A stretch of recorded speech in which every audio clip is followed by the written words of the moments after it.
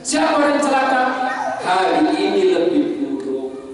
Tahun kemarin rajin jamaah, ternyata sekarang tidak rajin jamaah. Hancurlah orang tersebut. Tahun kemarin rajin untuk bersama dia, tahun sekarang tidak rajin bersama dia. Hancurlah orang tersebut. Tahun kemarin rajin untuk melaksanakan silaturahim, tahun sekarang tidak mau silaturahim, maka hancurlah orang tersebut. Karena apa? Hari kemarin justru lebih baik daripada hari kemarin tidak pernah melakukan perjudian, tidak pernah melakukan kemaksiatan, tapi di tahun ini dia melakukan kemaksiatan, berarti dia adalah orang yang hancur. Judi saya itu atau judi biyen?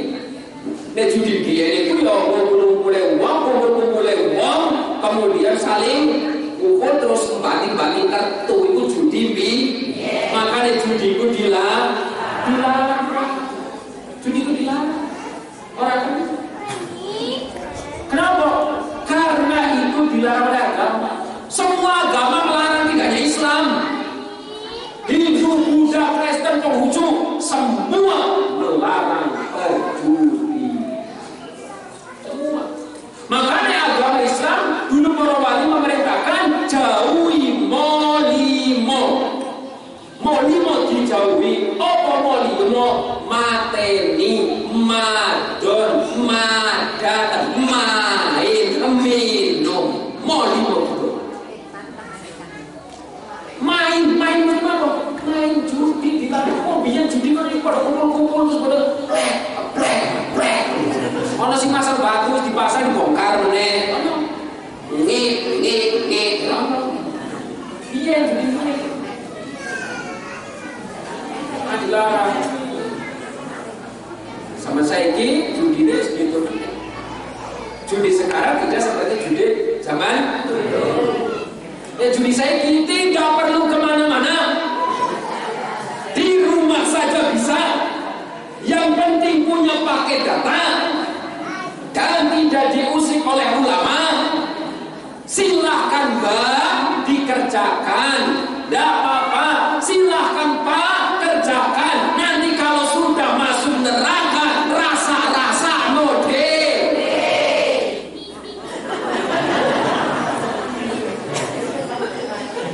Judi duit ku dhewe. HP ku dhewe. Sing tak tuku ya duit ku dhewe. Raimu. Bener sing judi yo raimu. Sing zina ya raimu. Tapi nalikane azab Allah turun, sing kene gak cuma raimu tok, itu kabeh yo melo. Ingat kejadian tahun 2004 nang Aceh ana bencana jenenge tsunami, ya. Tsunami. Lho, nalikane tsunami. Apakah ketika tsunami telah pilih, oh iki wong rajin jamaah, ojo, oh wong rajin sedekah, ojo, apa ngono? Ya, mau rajin sholat, mau rajin jamaah, ketika azab Allah turun, semuanya dilepas. Makanya ulama itu tugas itu menghentikan ojo mau dolanan maksiat. Bener sih maksiat mau awakmu, tapi nek Allah murka sing kene gak cuma awakmu, kita kabeh sing ana nang kampung melok kena imbas saka kemaksiatan. Oh piye? Allah nang ojo saiki mau dolanan apa jenenge? Sekitar. Sampai kok sekitar malaikat kapok. Wong dia judi, ono pasang nomor jenenge togel. Yen judi biyen jenenge togel. Golek nom sampai dene iku semedi nang pokok kayu besar nang pinggir kali semedi. Mbah Danyang. Aku njaluk nomor, Mbah. Jadi Mbah Danyang yo pasang yo. Yo Mbah, biar ono nomor Mbah. 36. Saya pasang 36. Oh ternyata saya metu 63. Saya ke mana Mbah? Nomornya kebalik Mbah. Iya. Pasang 36 saya metu 60. Oh nenek wae. Pasang 66 dibolak-balik. Kodo. Pasang 66 saya metu 99. Dibalik makane. Mbah kok kebalik mana ini piye Mbah? Jadi kok bolak-balik jadi badannya ngomong dul pengerti. Aku mati iki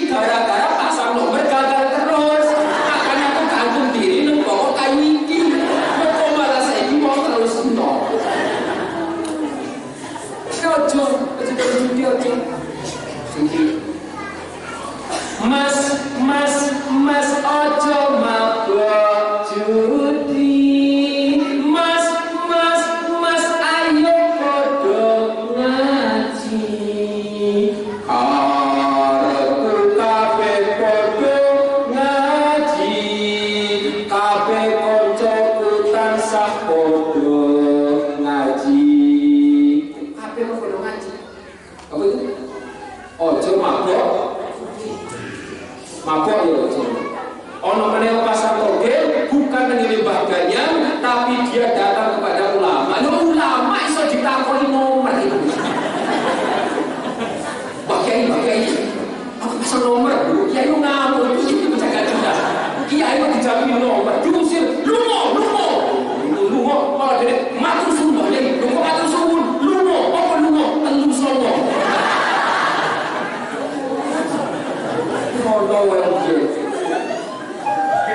Lah sekarang yang dia kontrolannya gampang, mergolongin pada kumpul, ditekani, dicekel, kecret, tangkap polisi, selesai. Ya saya itu. Yang bisa mengendalikan hanya diri kita sendiri.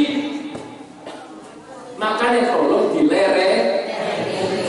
Kalau tahun kemarin tidak pernah melakukan perjudian, tapi tahun sekarang melakukan perjudian, berarti dia adalah orang yang seharusnya semakin tua semakin baik, semakin dekat kepada Allah, bukan semakin tua malah semakin menjauh dari Allah. Yang nomor 3 jenenge hukum adi. Apa hukum adi? Hukum adi itu hukum adat. Adat istiadat. Hukum adat istiadat juga dilegalkan oleh agama. Adatnya wong beda-beda. Wong Mesir, wong Arab, wong Syria, wong Yaman, wong Syam, artinya Timur Tengah. Ketika perempuan yang merasa malu, maka adat mereka akan menutupi seluruh wajahnya. Jadi dia wong Arab malu, wong wedok malu isin, maka dia akan menutupi wajahnya. Isin aku. Jadi wong sing kemaluannya besar nih. Maksudnya isinya gede. Sifat malunya besar. Sifat malunya besar bahasa Indonesia apa ya? Malu besar. Sifat malunya besar. Wong wedok Arab nek isine gede, nek malunya besar, dia akan menutupi. Lah tradisi orang Indonesia bukan nutup wajah, tapi cuma nutup mulutnya, isi tapi. Ini jenenge adat. Berarti lain lubuk, lain belalang, lain daerah, lain cara, negara mau, toto, kampung mau, coro, artinya setiap daerah berbeda. Orang kenal disamakan, makanya ada istiadat berbeda, nggak bisa sama. Kita ambil Arab, malu saya ini ustaz-ustaz ajaran ngomong, kita harus ikut orang Arab, goblok. Mau Arab itu, umat harus pakai jubah, nang Arab maling mau berjubah pun. Perampok yang nganggo jubah memang jubah pakaiannya wong. Udah sarung. Sarung itu sebenarnya kan pakaiannya wong apik seharusnya. Tapi sarung kanggo nyolong jambu ya ono. Dipengi-pengi, tak kira kampret ternyata, ya kampret tenanan. Kampret mau sarung. Karena ganggu plastik kayaknya sarungnya sih di bawah ada jambu sampai jambunya gini gondal gandul ketok. Sobrok itu.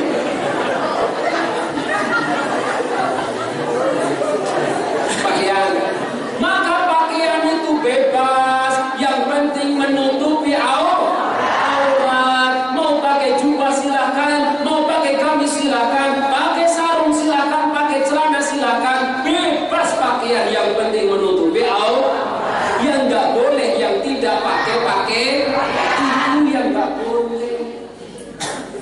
Tidak memakai pakaian. Lah kata Nabi, nanti di zaman akhir banyak sekali manusia berpakaian tapi telanjang tapi berpakaian tapi telanjang tapi berpakaian. Itu ada 2 jenis. Yang pertama jenisnya ibu-ibu. Jenisnya ibu-ibu berpakaian tapi telanjang tapi berpakaian. Dia memakai pakaian yang bahannya tipis, jadi nerawang begitu nang panasan kok kayak kabeh. Itu jenisnya berpakaian tapi telan. Jenis yang kedua jenisnya anak-anak muda perkuliahan apa baca nom. Apakah pakaiannya tipis? Tidak, pakaiannya tebal tapi ngapret. Oh ngapret? Ketat. Apakah pakaian ketat dilarang? Ya dilarang. Kenapa? Karena pakaian ketat akan menampilkan lepot tubuh. Karena pakaian ketat ekonomi jangan perempatan ketok kabeh. Iki ada di fungsi iki.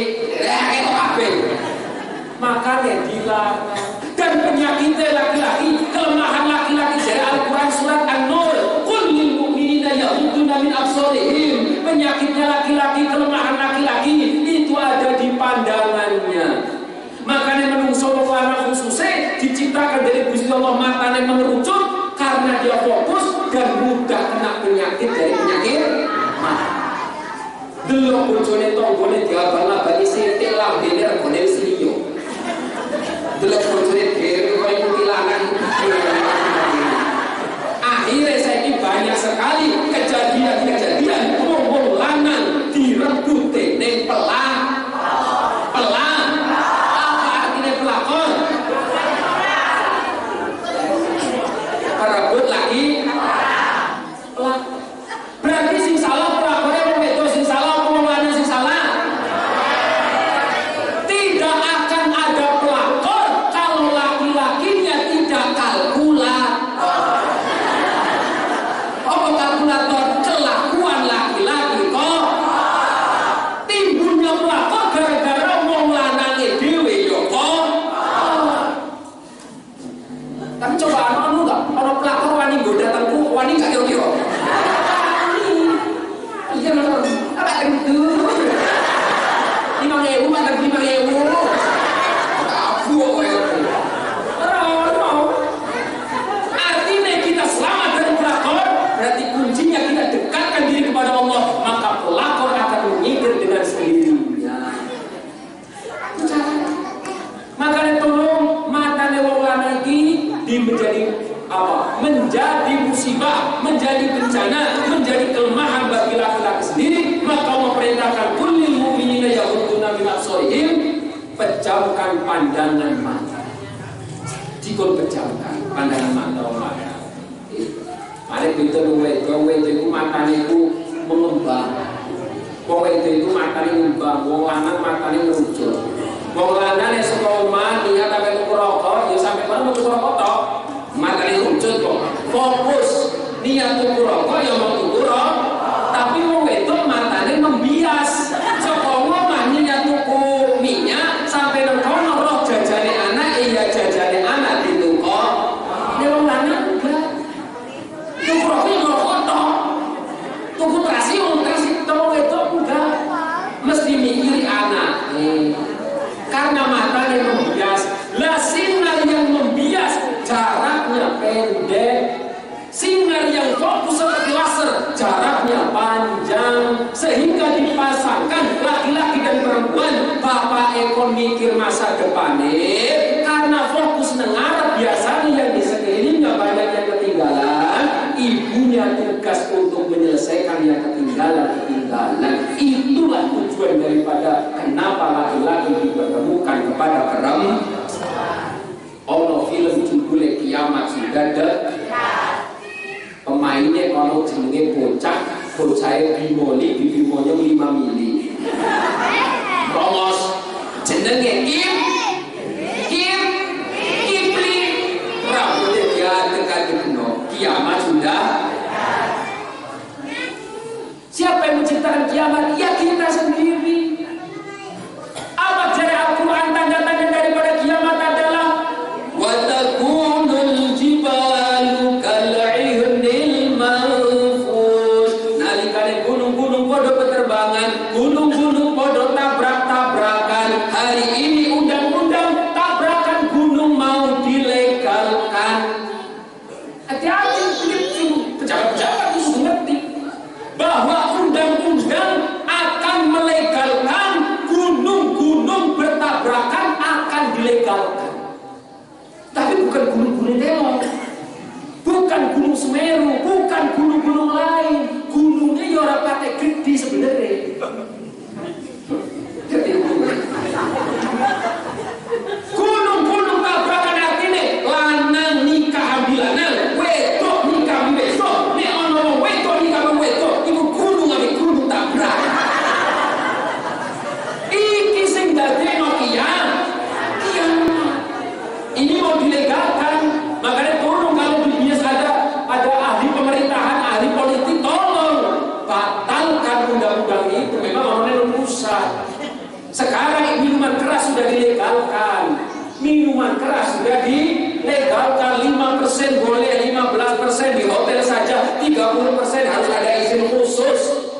Padahal disebutkan kullu muskirin khamrun, setiap yang memabukkan adalah khamr, wa kullu khamrin haramun, setiap yang khamr hukumnya haram. Ma haruma katsiruhu fa qaliluhu haram, perkara yang ketika banyak haram maka sedikit pun hukumnya juga haram. Maka jadi Bang Haji Roma Irama, walaupun setetes hukumnya juga haram. Ini kok enggak peraturannya 5% boleh, 15% di hotel saja, 30% harus ada izin khusus apa-apa. Dan ini sudah legal. Berarti orang Islam kecolongan. Berarti DPR itu mau pemain ngomong ngantuk. DPR bukan DPR, betul DPR jadi DPR, Dewan Perwakilan. Itu rakyatnya pengen nomor apa harus diwakili. Rakyatnya pengen mobil apa harus diwakili. Rakyatnya pengen mangan enak harus diwakili. Wakili apa? Ayo, rakyatnya tetap ngelongsong. Ayo, rakyat pengen rumah api harus diwakili dong deh apa? Rakyat pengen punya kendaraan mewah, harus diwakili. Inilah kiamat sudah.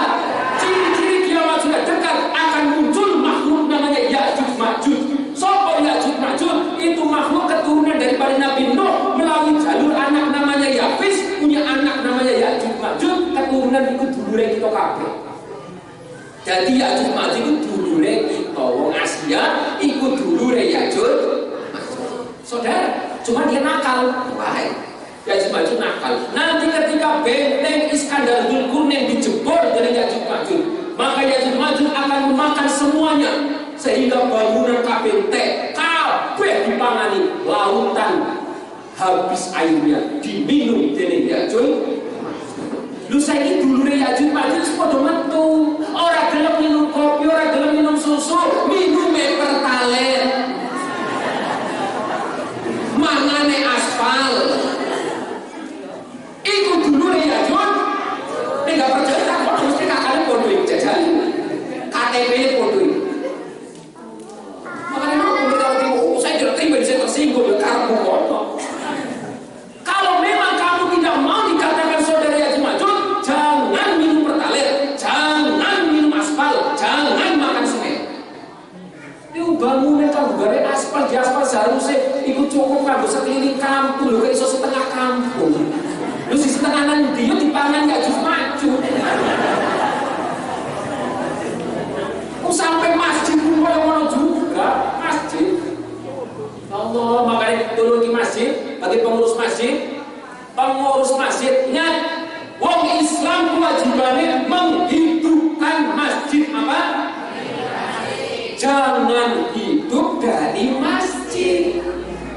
Wong Islam inilah yang menghidupkan masjid. Artinya bagaimana supaya masjid bisa hidup? Oh, masjidnya kurang teras, sumbang teras. Oh, masjidnya kurang sapu, sumbang sapu. Oh, masjidnya kurang lampu, sumbang lampu. Bukan kok malah kita yang hidupi oleh masjid. Kita kurang beras, jalur ke masjid.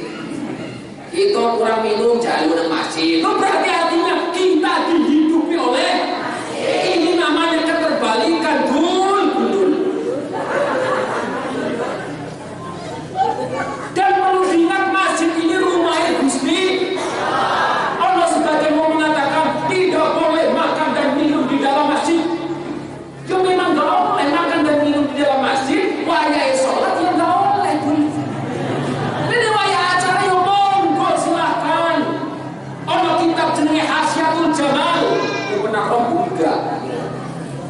13 jilid Hasyatul Jamal 13 jilid menjelaskan ketika sebuah masjid tidak ramai, maka takmir masjid harus meramaikan masjid dengan cara yang diperbolehkan oleh agama, antara lain dengan qahwah, menyediakan kopi, wadkhul, menyediakan rokok, menyediakan apapun, intinya walhasil mimma yarghabu fihi nas, menyediakan apapun yang manusia senang.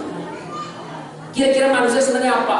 Oh, senangnya nalikane pas jamaah, ono minum kopi ini, sediakan kopi agar orang rajin jamaah. Oh, di zaman saya ini, wong senangnya wifi-nan, pasang wifi, ben wonge rajin nang masjid. Supaya masjid menjadi tempat orang senang, menuju sebagai tempat yang membahagiakan. Nah, makanya hati-hati. Oh, tapi nanti anak-anak untuk melakukan maksiat silakan. Dia sudah bermaksiat di rumahnya Allah. Wong sing maksiat atau jauh dari rumah Allah saja dapat adabnya, apalagi maksiat tengarepe Gusti langsung saja. Maka silakan apapun diciptakan, yang penting masyarakatnya senang ke masjid. Di tempat lain dibuat taman-taman, wong mulai senang ke masjid gara-gara taman. Dibuatkan tempat bermain sehingga bocah-bocah cilik senang nang masjid. Begitu seharusnya ojo masjid dikunci. Kalau pernah menginginkan ibu sekitar 2 minggu yang lalu, orang juga daerah nggak sebut. Begitu saya malam-malam sampai sholat, karena belum sholat isya beracara, jadi mampir ke masjid jam 8:30. Bariku khodame baru mengunci pintu. Kalau takut, Pak, saya mau ikut sholat dulu. Nggak bisa, saya kunci. Iya, saya kunci. Ya saya terus, di luar saja. Pak, Bapak di sini sebagai apa? Saya sebagai kadam di sini. Panggil ketuanya kemari. Siapa yang menjadi ketua masjid, panggil kemari. Berarti dia tidak tahu hukum mengelola masjid. Perlu diingat hadirin, masjid itu rumah sopong. Ulangi, masjid itu rumah sopong. Kurang kencang, masjid ini rumahnya siapa?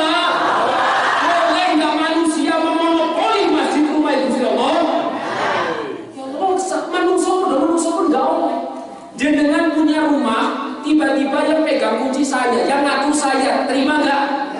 Nggak terima. Berarti yang boleh mengatur masjid siapa? Allah. Dan Allah titipkan khalifah di muka bumi. Siapa yang bisa mengatur masjid? Berarti orang yang kenal dengan kan begitu. Siapa yang boleh pegang kunci kita? Orang yang kenal dengan kita. Siapa anak kita, pembantu kita, boleh pegang. Orang yang tidak kenal gak boleh. Lah sekarang masjid tidak diadakan sembarangan. Pokoknya siapa yang mau silahkan. Akibatnya ngatur masjid, mengelola masjid semaunya sendiri. Bukan menggunakan hukum agama, tapi menggunakan hukum KD. Hukum apa? Apa hukum KD? Karepe dhewe. Lu masjid kok dihukumi sesuai kemauannya sendiri. Masjid itu harus hukumnya Allah. Allah maunya apa? Innama ya'muru masajidallahi man amana billahi wa bil yawmil akhir. Masjid itu harus diramaikan. Bagaimana cara meramaikan masjid? 1 dengan jamaah, 2 dengan taklimul mutalim, dengan belajar mengajar, nomor 3 nya untuk zikir dan baca Quran. Ketika kita baca Quran, di samping kita ada orang tidur, maka baca Qurannya hukumnya haram. Saya ingin baca Quran, istri saya tidur di samping saya, maka bacaan Quran saya haram. Maka supaya saya bisa baca Quran keras tanpa mengganggu orang tidur, bacanya di mana? Di masjid. Masjid dikunci. Ini biasanya masjid dikunci gara-gara pada saat pendirian pertama, pembangunan pertama. Pembangunannya bagaimana? Bukan menggunakan harta yang halal, bukan menggunakan swadaya masyarakat, tapi mengambil sedekah di tengah jalan itu sedekah. Ini mengakibatkan masjidnya begitu. Pantas dah, ayo kita renungkan hadirin rahmatullah. Saya mau buat acara umpama pesta. Terus ngomong masyarakat biasa. Masyarakat biasa, insya Allah saya mau pesta. Pesta apa? Saya mau nikah lagi. sumbangan karena saya mau nikah lagi. Pantas nggak? Jenengan mau buat rumah pribadi, terus nang tengah jalan jaluk sumbangan. Untuk apa? Saya mau bangun rumah, izin nggak? Iki rumah Gusti Allah dijaluk sumbangan nang tengah jalan. Harga diri orang Islam izin, karena saya banyak punya teman-teman Kristen yang pakai. Jadi Kristen ngomongnya macam-macam, walaupun nggak secara langsung, tapi intinya adalah orang Islam kok nih bangun masjid kok tidak jalur sumbangan tengah jalan ya. Orang Islam itu harus sesuke, izin. Seakan-akan orang Islam melarat kabeh, seakan-akan orang Islam miskin kabeh, sehingga bangun masjid baik harus minta sumbangan yang tengah. Apakah minta sumbangan tengah jalan itu haram? Tidak haram, tapi tidak baik, memalukan. Harga diri itu masih harga diri orang Islam. Karena yang lewat di jalan tidak hanya orang Islam toh. Coba bayangkan naiknya orang Kristen, kemudian dia naik ambulan, sampai meninggal dunia, kekurangan oksigen, gara-gara mau sumbangan, akhirnya dia macet, terus meninggal di jalan. Siapa sih disalahkan? Wong Islam. Dan Allah juga tidak senang yang seperti itu. Jalan itu kan umum kok. Nanti kalau sudah ngomong panitia masjid tolong, wong Islam itu masih banyak yang kaya kok. Wong Islam bisa kasih sugih. Jadi orang tahu, jadinya Pak Budi Haryanto, ngerti? Sing webis PO Haryanto, Gus tahu sugih. Orangnya kaya, Islam, haji, dia seringnya nyumbang masjid. Artinya kita masih punya banyak orang Islam yang kaya. Tinggal kita ada kemauan atau tidak. Daripada kita minta sumbangan paling 2.000, 3.000 di tengah jalan, ganggu wong liya, harga dirinya pun rendah, mendingan kunjungi silaturahim kepada orang muslim yang kaya, minta agar dibantu masjidnya. Insya Allah bisa. Harga dirinya tinggi maksudnya. Ini jalan tengah jalan ya Allah ya Allah. Itu ada. Jadi ada yang satu daerah dengan daerah yang lain itu berbeda, ada orang kita, orang Gayo, ada namanya 4 hal. Sumang apa? Sumang ada berapa? 4 ya. Sumang apa? Penengon. Apa penengon? Kelihatan. Yang kedua, sumang pengululan. Apa? Yang ketiga, sumang berserakan. Berarti cara. Yang keempat, sumang pelanggar. Bagaimana cara jalan yang benar?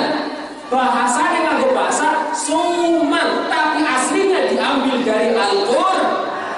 Pertama, sumang penengonan. Pandangan harus dijaga yang baik. Apa kata Al-Qur'an tadi? Kullil mu'minina yaghudduna min absarihim. Wong mukmin, pandanganmu dijaga yang benar. Ojo mandang yang tidak benar. Yang kedua, sumang pengundulan, duduk yang baik. Bagaimana duduk yang baik? Ya fa'illahu alladziina aamanu minkum walladziina utul ilma darajat. Ayat sebelumnya, ya ayyuhalladzina aamanu idza qila lakum tafassahu fil majalisi fafsahu yafsahillahu lakum. Yang ketiga, sumang pelanggahan, berjalan yang baik. Apa kata Al-Qur'an? Waqsid fi masjidika waghdud min sautik. Berjalan harus yang baik, tidak boleh dengan kesombongan. Maka ada istilah tapi ada istilah nyuwun ya saya itu meningkat dolar ingat itu sewu nyuwun 10.000 meningkat sih itu sewu aja meningkat ya. Istilah pertama tapi ada jawaban apa? Tapi sekali wae. Oh cuma amit-amit itu bahaya artinya. Lafadnya sama, ning pengucapannya 2 kali artinya beda. Nek amin artinya ya permisi, tapi nek amit-amit makanya itu sih pas ngomong itu sih ada istilah berbeda. Termasuk kenduri seperti ini namanya hukum secara ilmu. Makanya sebagian daerah akan mengadakan biasanya untuk bersih besok mengadakan wayang. Kemudian soal wayang, apa wayang? Wayang itu apa sih? Tahu wayang? wajib sembahyang. Wayang wajib sembahyang. Makanya ketika mau dolanan wayang itu ibaratnya menungsa. Bahwasannya apa? Nung wayang itu ada gedebok. Gedebok ibarat bumine, layar ibarat langit, lampu ibarat srengenge, wayang ibarat menungsane, dalang ibarat Gusti Allah, kotak ibarat bumine. Nalikane lampune wis bubar, maka wayange dilebok nang kotak. Begitu juga menungsa, nalikane kontrake wis entek yo bakal balik nang. Cuman bedane menungsa di wayang lanang wedok dikumpul nang sakota, ora tuman ana wayang wedok meteng. Tapi jajan menungsa dikumpul kang lanang wedok asale loro dari papat.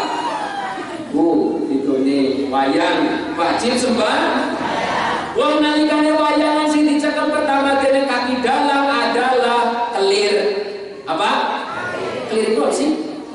Gunungan. Kelir nek dicekel ngelilir. Apa sing dicekel ngelilir? Kelir.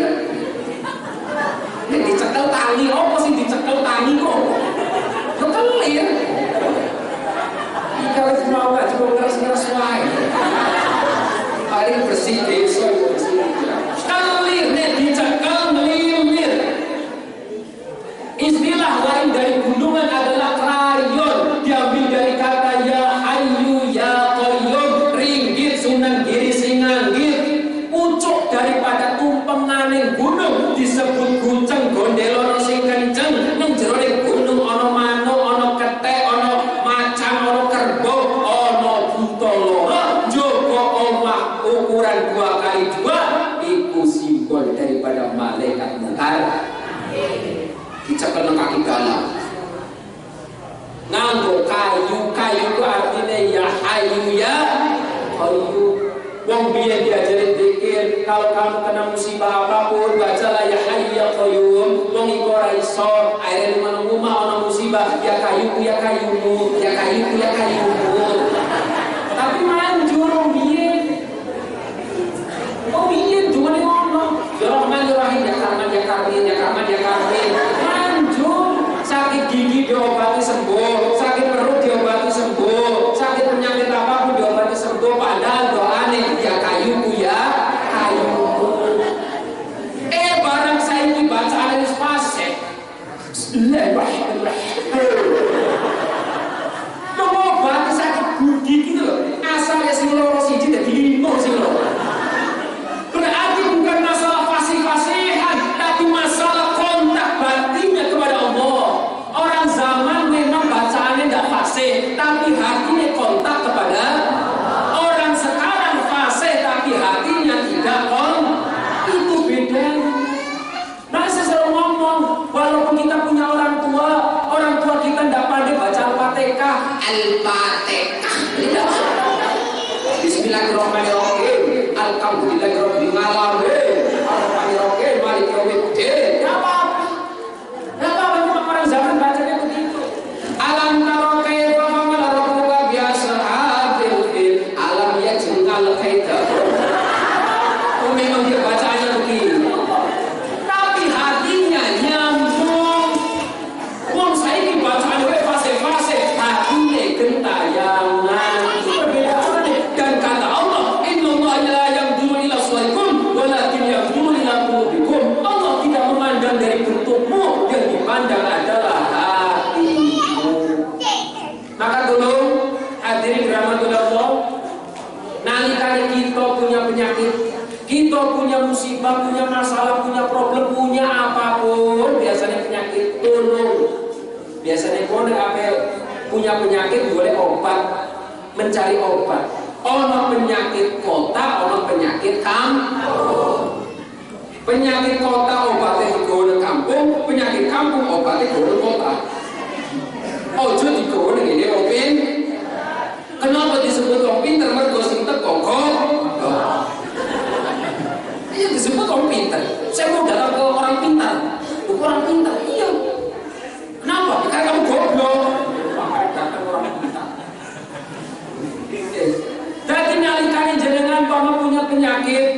menurut medis orang iso sembuh, itu penyakitnya penyakit kan biasanya minta obat kepada tengku, minta obat kepada ustaz, minta diruqyah, minta disuruh, kan begitu.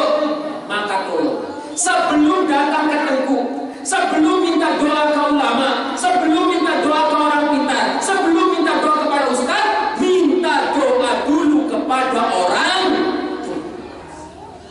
Ini yang paling penting. Jadi sakit apa? Sakit menderita sakit apa? Sebelum berobat, minta doa dulu dari orang. Walaupun orang tua kita bacaannya gak jelas. Kenapa? Karena kalau orang tua berdoanya dari hati. Kalau orang pintar berdoanya nunggu yang dibawa sapi. Kalau cuma doa aja, doanya udah mantap aja man. Kalau kambing agak aja dikit. Kalau sapi banyak itu, tapi kalau orang tua ikhlas mendoakan. Maka kenapa kita tolong, kita petani, mau nanam cabai, mau nanam kentang, mau nanam kol, sebelum nanam minta doa dulu pada orang. Minta Pak Ibu, kula pengen bercabai, tolong doakan muga-muga cabainya iso berkah, sapo kok iso setor.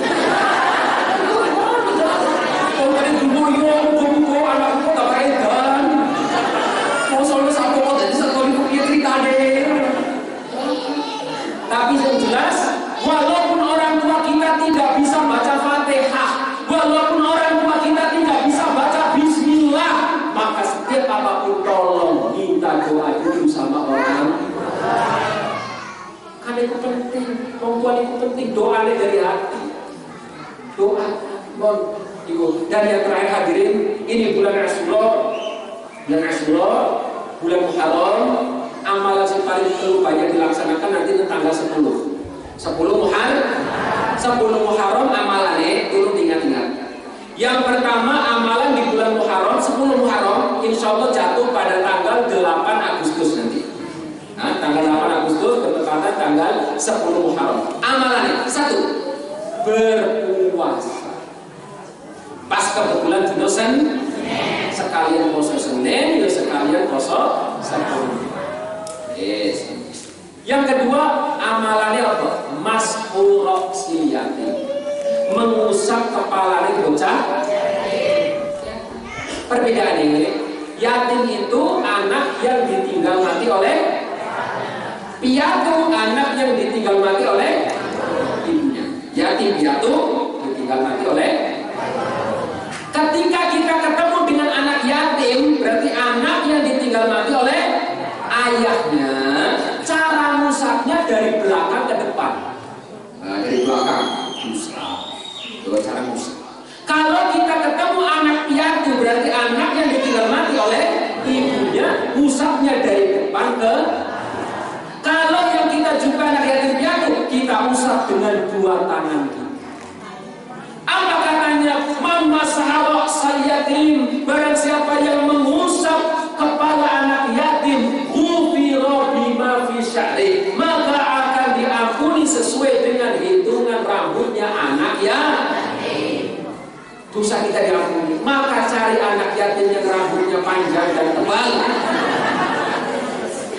Persi gundul ya orang rambutnya. Karena dihitung sesuai dengan hitungan rambutnya berapa. Tapi yang sih bilang, coba, wah itu soalnya aneh.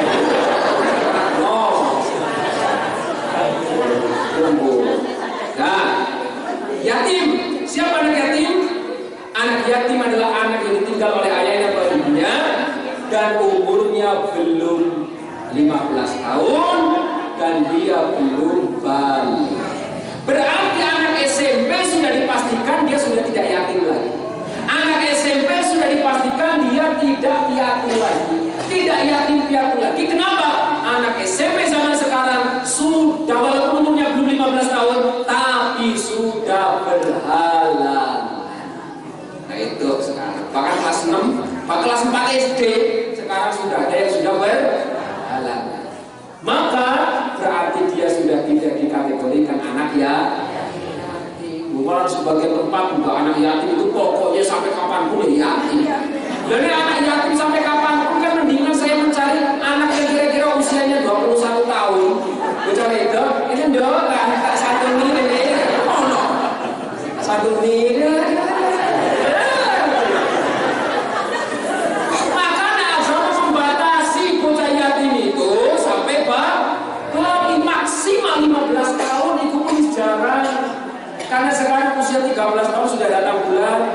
usia 12 tahun sudah mimpi basah sudah banyak, maka berarti sudah balik. Kalau sudah balik berarti bukan yatim, bukan pian, walaupun usianya baru 9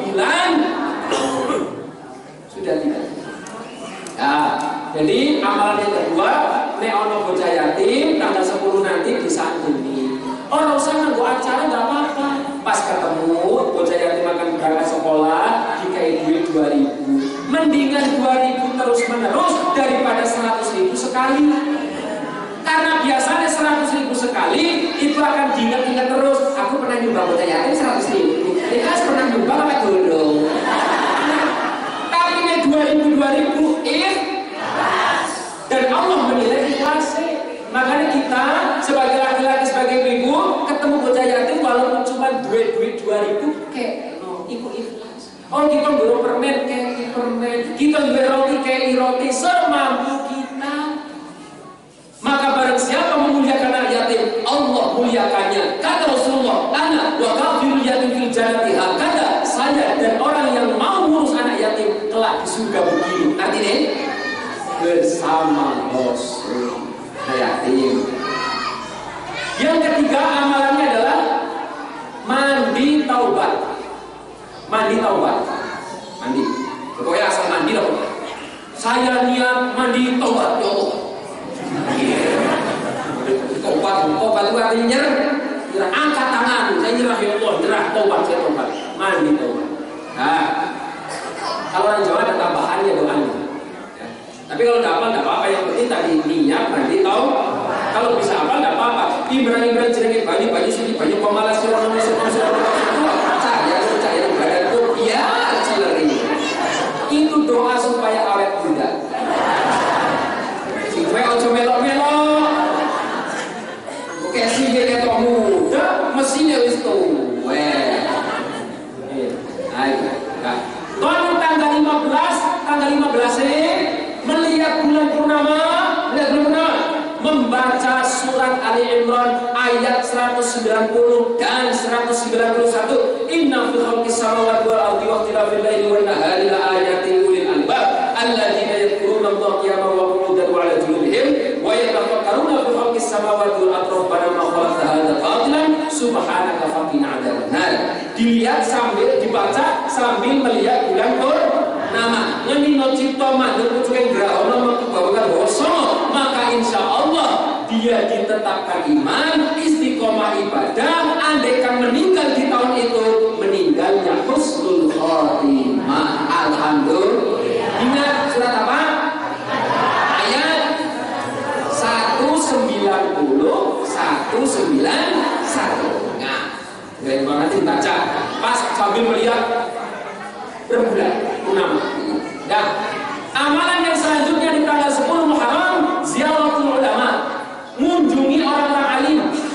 Orang-orang alim dikunjungi, para ulama dikunjungi. Maka siapa yang mengunjungi orang alim, Allah balas dengan 100.000 kebaikan. 100.000 kebaikan. Kunjungi para alim ulama. Ya coba mengunjungi toh, bote toh. Assalamualaikum, salam. Ya nopo sampai lo perlu enggak kok kita kira terkudet loro ini dong berarti lain berarti perintah Al-Quran surat Al-Mumtahanah disebutkan wong sing Islam ya ayyuhalladzina amanu ketika kalian idza tanaytum rasul kalau kalian mau datang ke tempatnya Rasul ke tempatnya para ulama ojo kok nganggur dikon gowo uang iki semua Quran tuh. Nek jenengan teko dari para ulama, ojo mau nganggur, ojo tangan kosong tapi bawa buah. Ibu saya enggak, sedang aku tekel bawa tangan lah. Buah dari mana? Oh ya Allah ya Allah. Bawa sama bener corong biyen bawa gula kok. Itu ziarah ulama. Yang nomor 4 ziarah kubur. Kita punya orang tua sudah meninggal, punya kakek sudah meninggal, punya buyu sudah meninggal, ziarah kubur. Doakan kepada orang sudah meninggal. Kemudian silaturahim. Yang nomor selanjutnya membaca la haula wa la quwwata illa billahil azim, istighfar yang banyak. Hasbunallah wa ni'mal wakil. Hasbunallah wa ni'mal wakil, ni'mal maula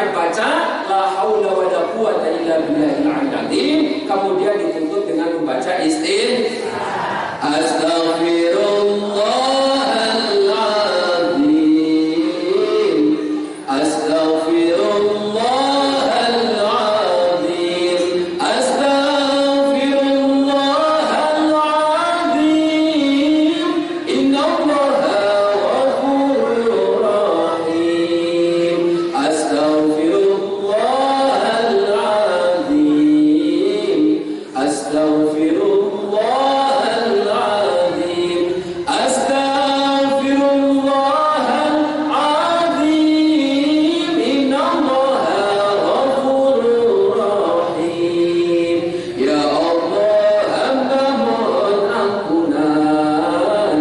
Ya Allah, hamba mohon ampunan atas segala dosa hamba dan dosa kedua orang tua hamba.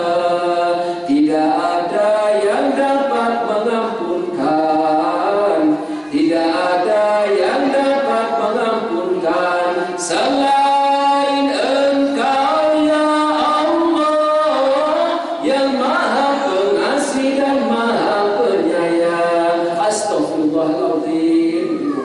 Istighfar ya Allah, tusuk wake aku kakek salah ya maksiate orang main kalau bongso awak gawe dosa nanging ojo sampai wanono ing tresno ditambah nomor mrene tiwas-tiwas ditularane nanging biasa jadine ora liya ora yang minum kopi minum susu minum pertalite awake iki duwe penyakit takabur ujub sumaria mendos mentang-mentang jadi opo mendos aku iyo kalau bisa di ustaz mendos no kabeh kok butuh merendahkan diri tanpa harus menjatuhkan harga diri. Penungso udah ke istighfar astaghfiru rabbakum innahu kana ghaffara yursil sama alaikum bidurra. Nek gelem istighfar Allah bantu dengan harta, Allah bantu dengan keturunan. Nek pengen sugih perbanyak istighfar, kepengen duwe anak perbanyak istighfar. Sing tuwa ora usah njenengan kayak jalur kalau perlu anak itu udah anak pokoknya sing pengen jalur tuh kalau saya boleh perbanyak istighfar. Buat kesimpulan hadirin rahmatullah, kegiatan seperti ini adalah kegiatan yang diperbolehkan oleh agama, apalagi yang dibaca tadi ada Yasin, ada Asmaul Husna, ada macam-macam doa. Mudah-mudahan dari niat hajat kita semua disalurkan oleh Allah Subhanahu wa taala. Sebenarnya amalan satu tadi lewat. Amalannya tadi malam mulai maghrib tadi malam sampai sebelum subuh. Amalannya apa? Minum susu. Minum susu. Dan supaya kehidupan kita selama setahun putih kaya susu, manis kaya susu, akhlak ke apik. Iku nang awal tahun ini lewat, tapi ingat-ingat mbok menonton ngarep ketemu. Ingat, nek besoknya pas tanggal 1 maghrib minum susu, tapi susu tenanan, susu kaleng, asal kaleng. Walaupun ya sekaliku orang kelemahan juga. Memang cintane manungsa ambek cintane Gusti Allah berbeda. Cintane manungsa ya ono expired, tapi cintane Gusti Allah ora ono expired. Dia bolak-balik gak tumpah. Ora ono tutup ini ora tumpah. Hebat Gusti Allah ini.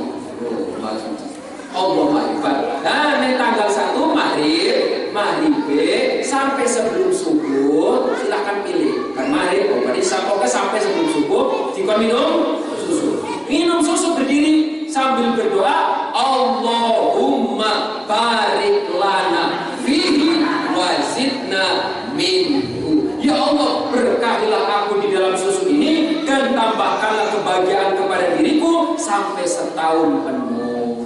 Dari setahun ya suki, setahun ya pena, diparingi selamat, waras, sehat, warasan, rezeki berkah. Muga-muga sing petani yo panene melimpah-melimpah. Muga-muga sing pegawai yo gajine tambah.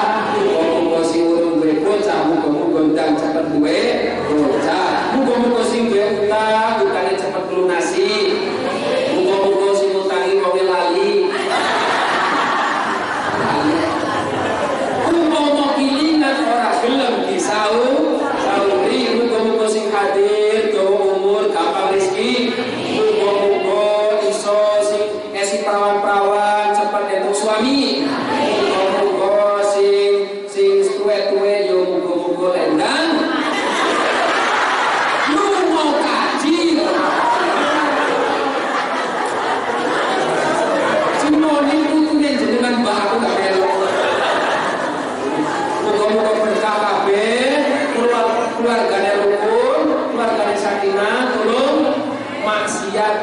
wani ibadah ditingkatno. Menungso tetap melakukan dosa tetap ning saapi-api yang menungso. Sebaik-baiknya manusia adalah yang mau bertaubat. Kalau terpaksa melakukan dosa, lakukan dosa tersebut tapi segera taubat kepada Allah. Andaikan melakukan kesalahan, segera minta maaf kepada Allah. Kesalahan sesama manusia, segera minta maaf kepada yang bersangkutan. Hilangkan penyakit hati, hidup dinikmati agar ketika mati bersama-sama kumpul